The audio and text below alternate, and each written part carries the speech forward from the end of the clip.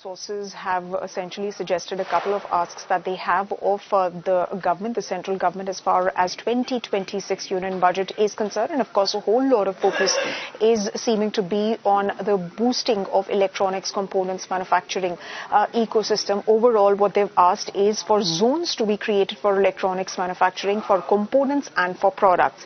In fact, for that, they have requested for at least 10 world-class manufacturing zones to be set up. These should offer plug and play facilities as far as infrastructure on the ground is concerned. In fact, what the industry is suggesting is that the components manufacturing scheme, that should not just be restricted to a certain level of a certain type of components, but a PLI scheme should also focus on capital goods and equipment as well, given the fact that the import of components did exceed the overall domestic production as far as that is concerned. Then the other key ask seems to be on the export promotion aspect, given the fact that we have seen geopolitical disruption. So, of course, exports, while electronics exports is one of the top 5 categories of exports from India, and it has maintained that consistently over the past 1 year. But now they want a further boost to that. They want some sort of, a shielding of the industry from geopolitical factors. So they have asked for extension of interest equalization scheme.